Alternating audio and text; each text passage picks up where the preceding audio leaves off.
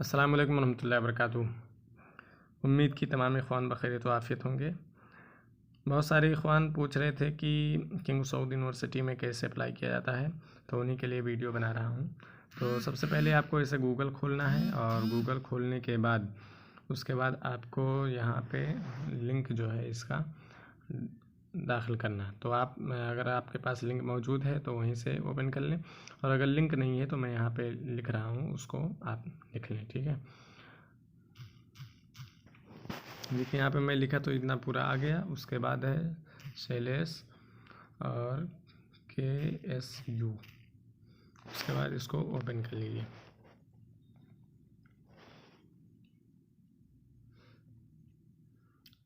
ये 2-3 सेकंड लेगा आपका, उसके बाद ओपन हो जाएगा। अब इस तरह से ओपन हुआ है।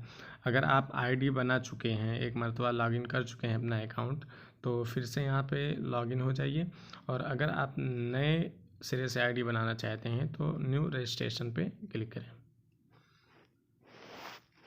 तो देखिए पहला बॉक्स जो है ऐसे खुलेगा और मैंने इसको भर लिया है। तो पासपोर्ट एक्सपायरेशन डेट जो है इसको पहले डाल दीजिए, पासपोर्ट नंबर डाल दीजिए, जेंडर मेल है तो मेल और फीमेल है तो फीमेल डाल दीजिए। और फीमेल के साथ जो है एक महरिम जो है, महरिम का सबूत मांगेंगे वो, कि अगर कोई महरिम वहाँ पे मौजूद है सऊदी में तो ठीक है, उसी वक्त जो है उनका दाखिला ले सकते हैं।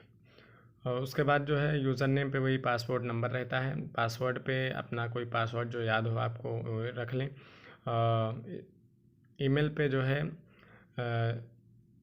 ईमेल जो है आपका लिखना बहुत ज़रूरी है, और वही ईमेल आप इसमें डालें जो हमेशा आप यूज़ करते हों और जो हमेशा आपको याद रहे और जो महफूज रहे, क्योंकि इसी ईमेल पे जो है वो लोग कांटेक्ट करते हैं, और अगर ईमेल नहीं मौजूद रहेगा तो फिर बाद में बहुत परेशानी होगी।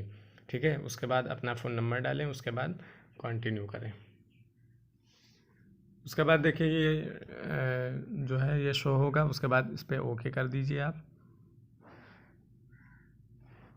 उसके बाद आप जो है अपने ईमेल में, यहाँ ईमेल में आपका मैसेज आ चुका है, और उसके बाद ईमेल में जाके आप यहाँ पे क्लिक हियर पे क्लिक करें।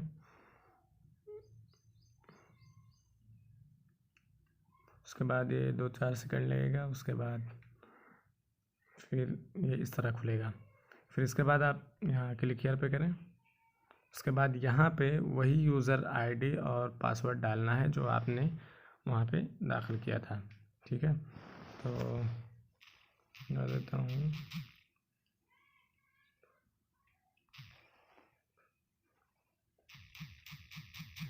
उसके बाद लॉगिन कर दें।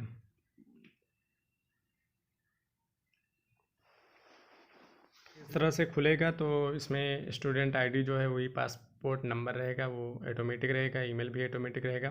उसके बाद आपको फर्स्ट नेम डालना है, उसके बाद फादर्स का नाम डालना है, और थर्ड नेम में आप अपने दादा का नाम डाल दें।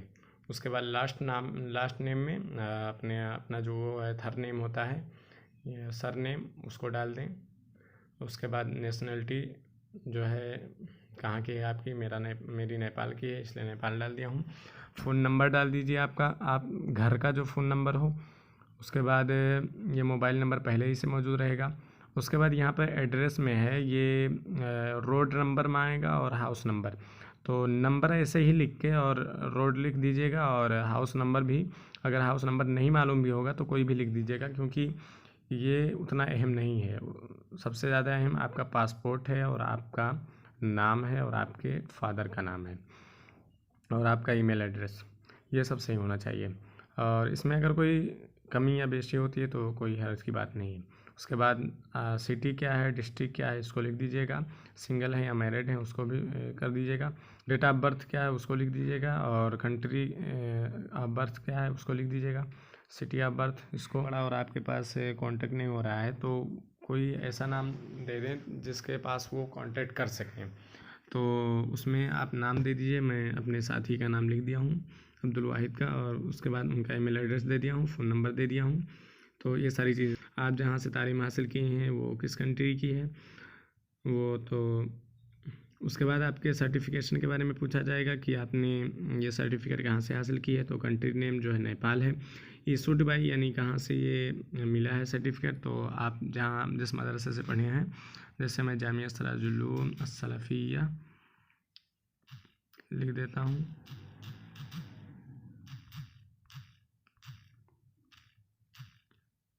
झंडानगर नेपाल। और 2018-19 में मैंने जो है पास की है सेकेंडरी हाई स्कूल, ये सानविया होता है और यही मतलब होता है वहाँ पे।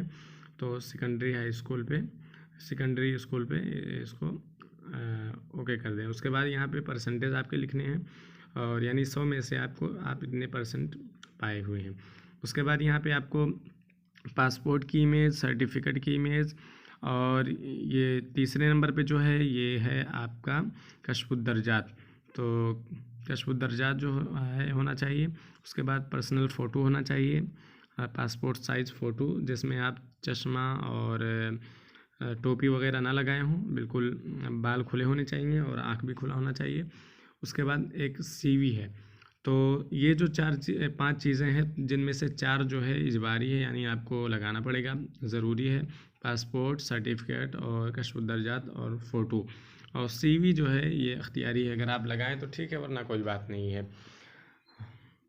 उसके बाद यहाँ पे आ जाइए, अदर इन्फॉर्मेशन के बारे में आपसे पूछेंगे कि क्या आप किसी और भी यूनिवर्सिटी में रजिस्टर्ड हैं, तो इस पर नो कर दीजिए, क्योंकि अगर आप रजिस्टर्ड ही हैं दूसरी यूनिवर्सिटी में तो फिर यहाँ जाने का फ़ायदा क्या है। उसके बाद जो है नीचे है, अगर आप किसी यूनिवर्सिटी की डिग्री हासिल कर चुके हैं तो नहीं कर दीजिए। और उसके बाद आप सेव डाटा पे क्लिक कर दें, और अगर शक हो तो एक मरतबा पूरा दोहरा लें कि कहीं पे कोई गड़बड़ी ना हो। उसके बाद सेव डाटा पे आके क्लिक कर दें कि all changes have been saved successfully. उसके बाद ओके कर दें।